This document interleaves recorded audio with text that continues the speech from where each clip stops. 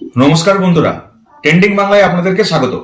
তাহলে কি ভারত এবং বাংলাদেশের সম্পর্ক এমন এক সন্ধিক্ষণে এসে দাঁড়িয়ে গেল যেখানে নীরব সিদ্ধান্তগুলো সবচেয়ে বড় বার্তা দিচ্ছে? কোনো যুদ্ধ ঘোষণা নেই, কোনো আনুষ্ঠানিক বিবৃতিও নেই, তবুও যখন একটা দেশ তার কূটনীতিকদের পরিবার ফিরিয়ে নিতে বলে তখন সেটাকে খুব হালকাভাবে দেখার কোনো সুযোগই থাকে না। ইতিহাস বলছে এই ধরনের সিদ্ধান্ত সবসময় বড় কিছুর পূর্বাভাস দিয়ে দেয়। তার উপর 2026 সালে শেষ হতে চলেছে গঙ্গা জল চুক্তি, যে চুক্তি গত 3 দশক ধরে দুই দেশের সম্পর্কের একটা সংবেদনশীল ভিত্তি হয়ে রয়েছে। একদিকে বাংলাদেশের সংখ্যালঘু হিন্দুদের উপর ক্রমাগত আক্রমণ, অন্যদিকে আসন্ন নির্বাচন এবং রাজনৈতিক অস্থিরতা, এই সব কিছু মিলিয়ে প্রশ্ন উঠছে, ভারত কি এবার শুধু কূটনৈতিক প্রতিবাদেই থামবে, নাকি জল কূটনীতির মতো শক্ত অস্ত্র ব্যবহার করতে পারে? সিন্ধু জলচুক্তির পরে কি গঙ্গা জলই হতে চলেছে ভারতের পরবর্তী কৌশলগত সিদ্ধান্তের কেন্দ্রবিন্দু? এই প্রশ্নগুলোর উত্তর লুকিয়ে আছে নীরবতার মধ্যেই। আর সেই নীরবতাই সবচেয়ে ভয়ঙ্কর। তাহলে কি ভারত সত্যিই বাংলাদেশের ভিতরে কোনো ধরনের পদক্ষেপ নেওয়ার পথে এগোচ্ছে, নাকি ভারত ও বাংলাদেশের সম্পর্ক এমন পর্যায়ে গেছে যেখানে ভাঙনটা এতটাই গভীর যে সাধারণ মানুষের চোখে এখনো পর্যন্ত আসছে না?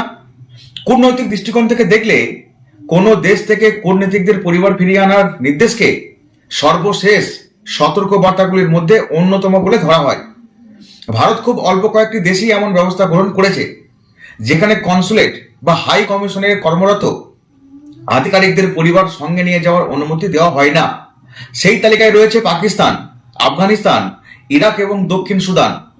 এমন পরিস্থিতিতে যদি বাংলাদেশকেও সেই একই তালিকায় অন্তর্ভুক্ত করা হয় তাহলে তা নিঃসন্দেহে একটা বড় কূটনৈতিক ইঙ্গিত বহন করছে। স্বাভাবিকভাবে সেটা শিরোনামে পরিণত হয়, ভারত বাংলাদেশে কর্মরত কূটনীতিকদের পরিবার দেশে ফিরিয়ে আনতে বলেছে। এই ঘটনার মধ্যে আরেকটা গুরুত্বপূর্ণ বিষয় সামনে আসছে, সেটা হচ্ছে 2026 সালে ভারত এবং বাংলাদেশের মধ্যে 1996 সালে স্বাক্ষরিত গঙ্গা জল বন্টন চুক্তির মেয়াদ শেষ হতে চলেছে। অর্থাৎ দীর্ঘ 30 বছর ধরে চলা একটা গুরুত্বপূর্ণ জলচুক্তি এবার শেষের পথে। প্রশ্ন উঠছে, এই পরিস্থিতিতে ভারত কি গঙ্গা জল বন্টন নিয়ে কোনো বড় এবং কঠোর সিদ্ধান্ত নিতে চলেছে, নাকি পাকিস্তানের সঙ্গে সিন্ধু জল চুক্তির মতোই বাংলাদেশকেও গঙ্গা জল চুক্তির কাঠামোর বাইরে ঠেলে দেওয়া হবে? বিষয়টা নিঃসন্দেহে গভীর মনোযোগের দাবি রাখছে। তাই আসুন ধাপে ধাপে এই সমগ্র বিষয়টি আমরা বোঝার চেষ্টা করি। বাংলাদেশ এবং ভারতের বর্তমান অবস্থা খুব একটা ভালো জায়গায় নেই। যদিও খাতায় কলমে এখনো পর্যন্ত সবকিছু ঠিকঠাক রয়েছে, কিন্তু বাহ্যিকভাবে আমরা যেভাবে দেখতে পাচ্ছি পরিস্থিতি খুব একটা ভালো জায়গায় নেই। বাংলাদেশে ভারতীয় কূটনীতিকদের পরিবার ফিরিয়ে আনার খবরটি প্রথম প্রকাশ করলো বিবিসি। এই বিষয়ে বিবিসি একাধিক সূত্রের সঙ্গে কথা বলেছে। যদিও ভারত সরকারের তরফে প্রথমে কোনো আনুষ্ঠানিক ঘোষণা পর্যন্ত করা হয়নি, তবে কূটনৈতিক সূত্রে জানা যায় যে 2026 সালের 1 জানুয়ারি থেকেই বাংলাদেশে কর্মরত ভারতীয় কূটনীতিকদের পরিবার দেশে ফিরিয়ে আনার নির্দেশ দেওয়া হয়েছে। যাদের সন্তানরা সেখানে পড়াশোনা করছে তাদের আগামী 15 জানুয়ারির মধ্যে সন্তানদের নিয়ে দেশে ফিরে আসতে বলা হয়েছিল। বিদেশ মন্ত্রকের পক্ষ থেকে প্রকাশ্যে কোনো বিবৃতি না এলেও বিবিসির এই রিপোর্ট পরবর্তীতে সত্য বলেই প্রমাণিত হয়েছে। এখন প্রশ্ন হলো, এর পিছনে কি কি কারণ থাকতে পারে? প্রথম এবং সবচেয়ে গুরুত্বপূর্ণ কারণটি সকলের কাছেই কম বেশি স্পষ্ট হচ্ছে। শেখ হাসিনা ভারতে আসার পর থেকেই বাংলাদেশে সংখ্যালঘু হিন্দুদের বিরুদ্ধে একের পর এক লক্ষ্যভিত্তিক হত্যাকাণ্ড ঘটছে। সেটা আমরা সোশ্যাল মিডিয়ায় এবং বিভিন্ন নিউজে প্রতিনিয়ত দেখতেই পাচ্ছি। সংখ্যালঘুদের ওপর নির্যাতনের তালিকা দীর্ঘ এবং ভয়ঙ্কর। দীপুর মৃত্যুর পর অমিত মণ্ডলের হত্যা, হিন্দু ব্যবসায়ী খোকন চন্দ্র দাসের মৃত্যু, এইসব ঘটনা বিচ্ছিন্ন নয়, বরং পরিকল্পিত গণহত্যার অংশ বলে মনে করা হচ্ছে। ধর্মীয় উস্কানির মাধ্যমে সংখ্যালঘুদের টার্গেট করে হত্যা করা হচ্ছে। কিন্তু এইসব ঘটনার পরেও বাংলাদেশের সরকার কার্যত চুপচাপ দর্শকের ভূমিকা পালন করছে এখনো পর্যন্ত। ভারত এতদিন এই বিষয়টিকে বাংলাদেশের আভ্যন্তরীণ বিষয় বলে বিবেচনা করে এসেছে। বাংলাদেশের হিন্দুরা বাংলাদেশেরই নাগরিক, এই যুক্তিতে ভারত সরাসরি হস্তক্ষেপ করেনি। কিন্তু যদি উদ্দেশ্য প্রণোদিতভাবে এমন একটা বার্তা দেওয়া হয় যে ভারত যেহেতু হিন্দু সংখ্যাগরিষ্ঠ দেশ, তাই হিন্দুদের ওপর আঘাত করলে ভারত সরকারের উপর চাপ সৃষ্টি হবে, তাহলে ভারত প্রতিক্রিয়া জানাতেই পারে। সেই প্রতিক্রিয়ার একটা রূপ হতে পারে নিজেদের নাগরিক এবং কূটনৈতিক পরিবারদের নিরাপদে ফিরিয়ে নিয়ে আসা। এটি একদিকে তাৎক্ষণিক প্রতিক্রিয়া, আবার অন্যদিকে ভবিষ্যতে বৃহত্তর কৌশলের একটা সুন্দর অংশ। বাংলাদেশের তরফে মোহাম্মদ ইউনূস এই প্রসঙ্গে যে বক্তব্য রাখেন সেটা কিন্তু খুবই তাৎপর্যপূর্ণ। তিনি বলেন, বাংলাদেশে প্রতি বছর এমনিতেই 3 থেকে 4 হাজার মানুষের মৃত্যু ঘটছে। গত বছরে মোট 645টি অপরাধ নথিভুক্ত হয়েছে, যার মধ্যে 71টি ছিল সাম্প্রদায়িক অপরাধ। অর্থাৎ তার কাছে এই মৃত্যুগুলো কেবল একটা পরিসংখ্যান মাত্র। তিনি তার ভাষাতেই বুঝিয়ে দিয়েছেন স্পষ্টভাবে, পরিসংখ্যান ছাড়া কিচ্ছু নয়। মানুষের প্রাণহানির প্রতি কোনো মানবিক সংবেদনশীলতা সেখানে লক্ষ্য করা এখনো পর্যন্ত যায়নি। এর পাশাপাশি আরেকটা গুরুত্বপূর্ণ কারণ থাকছে, সামনে বাংলাদেশে নির্বাচন। ফেব্রুয়ারি মাসে নির্বাচন অনুষ্ঠিত হওয়ার কথা, কিন্তু বাস্তব হলো শেখ হাসিনার দলের বহু নেতাকর্মীকেই নির্বাচনে প্রতিদ্বন্দ্বিতা করতে দেওয়া হচ্ছে না। এটা আমরা অনেক আগে থেকেই জানতে পারছি। এই পরিস্থিতিতে নির্বাচনকে ঘিরে ভারত বিরোধী বিক্ষোভ এবং উত্তেজনা তৈরি হওয়া অস্বাভাবিক কিছু ব্যাপার নয়। আর এমন অবস্থায় ভারতীয় হাই কমিশনের আধিকারিকদের পরিবার যদি ক্ষতির মুখে পড়ে, সেটা ভারতের কাছে বড় উদ্বেগের বিষয় অবশ্যই। সম্ভবত এই কারণেই বাংলাদেশে ভারতীয় পোস্টিংগুলোকে নন ফ্যামিলি পোস্টিং হিসাবে ঘোষণা করা হয়েছে। ঢাকার হাই কমিশনের পাশাপাশি চট্টগ্রাম, খুলনা, রাজশাহী এবং সিলেটে কর্মরত ভারতীয় কূটনীতিকদের ক্ষেত্রেও একই নির্দেশ কার্যকর করা হয়েছে। এর ফলে বাংলাদেশে সেই দেশগুলির তালিকায় ঢুকে পড়েছে যেখানে ইতিমধ্যেই পাকিস্তান, আফগানিস্তান, ইরাক এবং দক্ষিণ সুদানের মতো দেশগুলো রয়েছে। কূটনৈতিক ভাষায় এটি একটা অত্যন্ত গুরুতর বার্তা। বাংলাদেশের প্রতিক্রিয়া অবশ্য প্রত্যাশিতই ছিল। তারা বলেছে ভারত অতিরিক্ত প্রতিক্রিয়া দেখাতে শুরু করেছে। পরিস্থিতি এখানে অতটা খারাপ নয় যতটা ভারত দেখাতে চাইছে। তাছাড়া আমেরিকা অনেক আগেই বাংলাদেশকে নন ফ্যামিলি পোস্টিং হিসেবে চিহ্নিত করেছিল। ফলে ভারতের সিদ্ধান্ত অস্বাভাবিক কিছুই নয়, এই যুক্তি তারা সামনে আনছে। কিন্তু বাস্তব চিত্র আবার সম্পূর্ণ আলাদা। বাংলাদেশের সংখ্যালঘু হিন্দুদের বিরুদ্ধে হামলা এবং হত্যাকাণ্ড এখনো পর্যন্ত চলছে, বন্ধ হয়নি। অনেকে মনে করছেন, বিভিন্ন সোর্স মারফতে খবরগুলো চলে আসছে, পরিস্থিতির কোনো দৃশ্যমান এখনো পর্যন্ত উন্নতি হয়নি। এমন অবস্থায় ভারতের প্রতিক্রিয়াটা কি হবে, সেই দিকেই এখন বর্তমানে প্রত্যেকের নজর। পাকিস্তানের ক্ষেত্রে যেমন সিন্ধু জলচুক্তি বাতিল করে কড়া বার্তা নেওয়া হয়েছিল, তেমনি এবার গঙ্গা জল চুক্তি নিয়েও একই ধরনের পদক্ষেপ নেওয়া হতে পারে, এমন একটা দেশের মধ্যে প্রত্যাশা তৈরি হয়েছে। সেটা আমরা সোশ্যাল মিডিয়াতে দেখতে পাচ্ছি। 1996 সালে স্বাক্ষরিত গঙ্গা জল চুক্তি অনুযায়ী ফারাক্কা ব্যারেজ থেকে গঙ্গা ও ভাগীরথী হুগলি শাখায় জল বন্টনের নিয়মটা নির্ধারিত করা হয়েছিল। গঙ্গা নদী ভারত হয়ে বাংলাদেশে প্রবেশ করে, তাই শুষ্ক মৌসুমে বিশেষত মার্চ থেকে মে মাসের মধ্যে উভয় দেশকে নিম্নতম 35,000 কিউসেক জল দেওয়ার ব্যবস্থা করা হয়েছিল। যদি জলস্তর আরো কমে যায় তবে 10 দিন অন্তর পালাক্রমে জল ছাড়ার ব্যবস্থাও রাখা হয়েছে। ফারাক্কা ব্যারেজ পশ্চিমবঙ্গের মুর্শিদাবাদ জেলায় অবস্থিত। এর মূল উদ্দেশ্য ছিল হুগলি নদীতে পর্যাপ্ত জলপ্রবাহটা বজায় রাখা, যাতে কলকাতা বন্দরে বড় জাহাজ চলাচলে কখনো অসুবিধা না হয়। গঙ্গা নদী বিপুল পরিমাণ পলি বহন করে, যার ফলে নদীর তলদেশ ভরাট হয়ে যায়। এই সমস্যা ব্রিটিশ আমলে চিহ্নিত হয়েছিল। তারই সমাধান হিসেবে ফারাক্কা ব্যারেজ নির্মাণের পরিকল্পনা নেওয়া হয়েছিল। ব্রিটিশ প্রকৌশলী স্যার আর্থার কটনের পরামর্শ অনুযায়ী এই প্রকল্প বাস্তবায়িত হয়। ব্যারাজে মোট 109টি গেট রয়েছে, যার মাধ্যমে জলটাকে নিয়ন্ত্রণ করা যায়। জলবন্টন নিয়ে ভারত এবং বাংলাদেশের মধ্যে আগেও, এই প্রথমবার নয়, আগেও একাধিকবার টানাপোড়েন হয়েছে। সেটা 1971 সাল, কখনো 1977 সালে, কখনো 1987 থেকে 1996। এই দীর্ঘ অনিশ্চয়তার পর অবশেষে 1996 সালে একটা স্থায়ী চুক্তি স্বাক্ষরিত হয়েছিল। সেই সময় বাংলাদেশের আকাশে ফাইটার জেট নিয়ে ভারতীয় প্রধানমন্ত্রীর বিমানকে এসকর্ট করা হয়েছিল।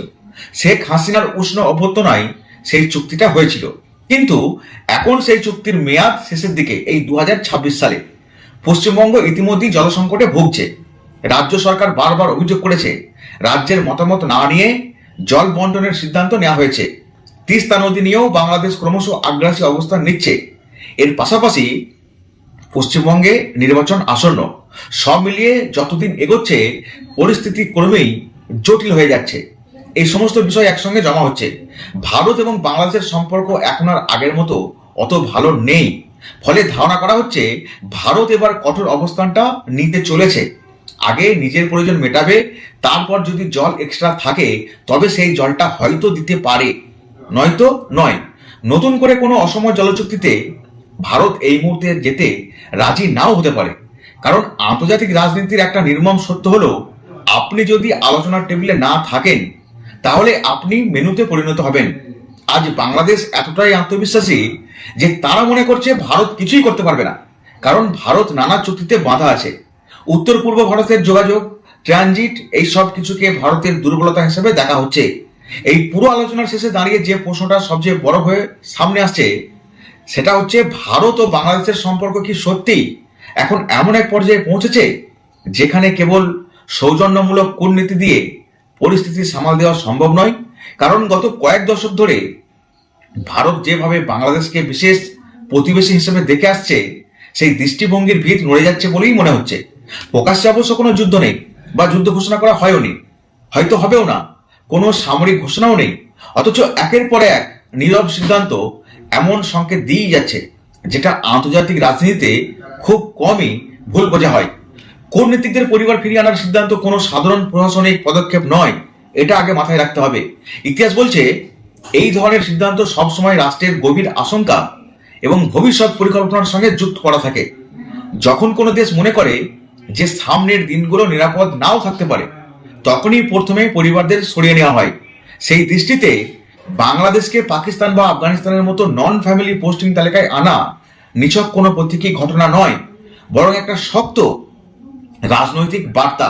এই মুহূর্তে প্রশ্ন হলো, এই বার্তাটা কাকে উদ্দেশ্য করে? বাংলাদেশ সরকারকে, নাকি আন্তর্জাতিক শক্তিগুলিকে, নাকি নিজের দেশের জনমতকে? বাংলাদেশ এবং ভারতের সম্পর্ক বর্তমানে আগের তুলনায় অনেক তলানিতে। বিশেষ করে শেখ হাসিনা সরকার পতনের পর থেকে আমরা দেখতে পাচ্ছি বাংলাদেশে ভারত বিরোধী স্লোগান প্রতিনিয়ত ওঠেই থাকে। বাংলাদেশের বর্তমান পরিস্থিতি যদি নিরপেক্ষভাবে বিচার করা হয় তাহলে আমাদেরকে স্বীকার করতেই হবে, সংখ্যালঘু হিন্দুদের নিরাপত্তা আজকে গুরুতর প্রশ্নের মুখে পড়ছে। একে বিচ্ছিন্ন ঘটনা বলে উড়িয়ে দেওয়ার সুযোগ আর অন্তত দেখানো যাবে না। পরিকল্পিত হত্যাকাণ্ড, ধারাবাহিকভাবে ভয় দেখানো, ধর্মীয় উস্কানি, এই সব কিছু মিলিয়ে একটা স্পষ্ট প্যাটার্ন তৈরি হয়েছে। আরও উদ্বেগের বিষয় হলো, এই ঘটনাগুলির পর বাংলাদেশের শাসক গোষ্ঠীর প্রতিক্রিয়া নেই বললেই চলে, বলতে পারেন পুরোপুরি শূন্যর কাছাকাছি। যখন মানুষের প্রাণহানিকে কেবল পরিসংখ্যান হিসেবে তুলে ধরা হচ্ছে, তখন সেটাই প্রমাণ করে রাষ্ট্র কতটা বিকল হয়ে পড়েছে। ভারত এতদিন পর্যন্ত সচেতনভাবেই সংযমটা দেখিয়ে এসছে আভ্যন্তরীণ বিষয় হিসেবে, কিন্তু সেই তত্ত্ব বর্তমানে আর খাচ্ছে না। কারণ ভারত জানে দক্ষিণ এশিয়ার রাজনীতিতে সামান্য উত্তেজনাও একটা বড় ভূ রাজনৈতিক খেলায় পরিণত হতে পারে। কিন্তু প্রশ্ন হলো, এই সংযম কি ভারতের দুর্বলতা হিসাবে মনে করা হচ্ছে? যখন এক পক্ষ ধারাবাহিকভাবে সীমা অতিক্রম করে আর অন্য পক্ষ কেবল ধৈর্যের পরিচয়টা দিয়েই যায়, তখন আন্তর্জাতিক রাজনীতিতে সেটার অর্থ ভিন্নভাবে ব্যাখ্যা করা হয়ে থাকে। বাংলাদেশ কি আজ এই বার্তাই পাচ্ছে যে ভারত যতই চাপে পড়ুক, চুক্তি এবং কৌশলগত প্রয়োজনের কারণে সে কোনো কঠোর সিদ্ধান্ত নেবে না? হয়তো বাংলাদেশ এটা ভেবে রেখেছে। এইখানেই গঙ্গাজল চুক্তির প্রসঙ্গটা গুরুত্বপূর্ণ লাগছে আমাদের কাছে। 1996 সালের চুক্তি ছিল এক ঐতিহাসিক সমঝোতা, যার মাধ্যমে দীর্ঘদিনের জলবন্টন বিরোধ সাময়িকভাবে হলেও নিয়ন্ত্রণে আনা হয়েছিল। কিন্তু সেই চুক্তি এমন এক সময় করা হয়েছিল যখন ভারতের আভ্যন্তরীণ জলচাহিদা, জনসংখ্যার চাপ এবং জলবায়ু পরিবর্তনের প্রভাব আজকের মতো তীব্র ছিল না। 30 বছর আগের ভারত আর বর্তমান 30 বছর পরের ভারত আকাশ পাতাল পার্থক্য করে দিয়েছে। 30 বছর পরে দাঁড়িয়ে সেই একই শর্ত অক্ষরে অক্ষরে মানা কি বাস্তবসম্মত হবে? বিশেষ করে যখন পশ্চিমবঙ্গ নিজেই তীব্র জলসংকটে ভুগতে আরম্ভ করেছে এবং রাজ্য সরকার বারবার বলছে যে তার মতামত উপেক্ষা করা হচ্ছে। এখানে একটা মৌলিক প্রশ্ন উঠে আসছে, কেন ভারত বারবার নিজের স্বার্থকে দ্বিতীয় স্থানে রাখার চেষ্টা করছে? আন্তর্জাতিক রাজনীতিতে কোনো চুক্তি চিরস্থায়ী নয়। সব চুক্তি সময়, পরিস্থিতি এবং শক্তির ভারসাম্যের সঙ্গে বদলে যায়। যদি একটা দেশ অনুভব করে যে চুক্তিটি এখন আর জাতীয় স্বার্থ রক্ষা করছে না বা করবে না, তাহলে সেই চুক্তি পুনর্বিবেচনার অধিকার তার অবশ্যই থাকছে। কিন্তু বাংলাদেশ কি এই বাস্তবতা মেনে নিতে এখন প্রস্তুত রয়েছে, নাকি তারা ধরে নিয়েছে যে ভারতের কৌশলগত বাধ্যবাধকতা তাকে সবসময় নতজানু অবস্থানে রাখতে পারে? সিন্ধু জল চুক্তির উদাহরণ এখানে বারবার সামনে আসছে। পাকিস্তানের ক্ষেত্রে ভারত স্পষ্ট করে দেখিয়ে দিয়েছে জল শুধু মানবিক সম্পদই নয়, এটা কৌশলগত অস্ত্রও হতে পারে। সেই বার্তা দক্ষিণ এশিয়ার প্রতিটা দেশের কাছেই পৌঁছে গেছে। তাহলে বাংলাদেশ কি করে ধরে নিচ্ছে যে তার ক্ষেত্রে এই নীতি প্রযোজ্য হবে না? যদি তাই হয় তাহলে সেটা মারাত্মক ভুল হিসেবেই প্রমাণিত হতে পারে। বাংলাদেশ যেটা ভাবছে সেটা নাও হতে পারে। নতুন চুক্তির সময় ভারত বেঁকে যেতেই পারে। বাংলাদেশের রাজনীতির আভ্যন্তরীণ অস্থিরতাও এই সমীকরণকে আরো জটিল করে তুলেছে। আসন্ন নির্বাচন, বিরোধী দলগুলির কোণঠাসা অবস্থা, রাস্তায় রাস্তায় ক্ষোভ, এই সব মিলিয়ে একটা বিস্ফোরক পরিস্থিতি তৈরি হচ্ছে। এই উত্তেজনার সহজ টার্গেট হয়ে উঠেছে সংখ্যালঘুরা এবং পরোক্ষভাবে ধরতে গেলে ভারতই। ভারত বিরোধী আবেগ উস্কে দিয়ে আভ্যন্তরীণ ব্যর্থতা ঢাকার চেষ্টা নতুন কিছু নয়, কিন্তু এর ফল দীর্ঘমেয়াদে বাংলাদেশের পক্ষে দারুণ ক্ষতি হবে, এটা ইতিহাস বলছে। ভারতের দিক থেকে দেখলে উত্তর পূর্ব ভারতের সংযোগ, ট্রানজিট, আঞ্চলিক বাণিজ্য, এসব যুক্তি দেখিয়ে বহুদিন ধরেই নমনীয় নীতি অনুসরণ করা হয়েছে। কিন্তু প্রতিটা নমনীয়তার একটা সীমা থাকে, একটা লিমিট থাকে। যখন সেই লিমিটকে নিশ্চিত ধরে নেওয়া হয় তখনই সমস্যাটা শুরু হয়। আন্তর্জাতিক রাজনীতির একটা নির্মম সত্য হচ্ছে, যে দেশ নিজেকে অতি নির্ভরযোগ্য প্রমাণ করতে চায় তাকে শেষ পর্যন্ত স্বাভাবিক বলেই ধরে নেওয়া হয়, কিন্তু গুরুত্ব দেওয়া হয় না। বাংলাদেশ এবং ভারতের সম্পর্ক যতদিন যাচ্ছে তলানিতে ঠেকেছে, বিশেষ করে শেখ হাসিনা সরকারের পতনের পর। আর এই পরিস্থিতিতে ভারতের সামনে আসন্ন চ্যালেঞ্জ হলো সবকিছু মিলিয়ে ভারসাম্যটাকে রক্ষা করা। একদিকে মানবিক দায়িত্ব, অন্যদিকে জাতীয় স্বার্থ, একদিকে প্রতিবেশী রাষ্ট্রের স্থিতিশীলতা, অন্যদিকে নিজের আভ্যন্তরীণ নিরাপত্তা এবং সম্পদ। গঙ্গাজল চুক্তি নিয়ে সিদ্ধান্ত যদি নেওয়া হয় তাহলে তা যেন কখনোই আবেগের বশে না হয়ে যায়, বরং সুদূর প্রসারী কৌশলের একটা অংশ হলে ভালো হয়। কারণ জলনীতি শুধু বর্তমান সংকটের সমাধান নয়, ভবিষ্যৎ প্রজন্মের সুরক্ষার প্রশ্নও বটে। বাংলাদেশের জন্য এই সময়টা খুবই সমালোচনার। ভারতকে কেবল বাধ্য প্রতিবেশী হিসেবে দেখলে তারা এখন বড্ড ভুল করবে।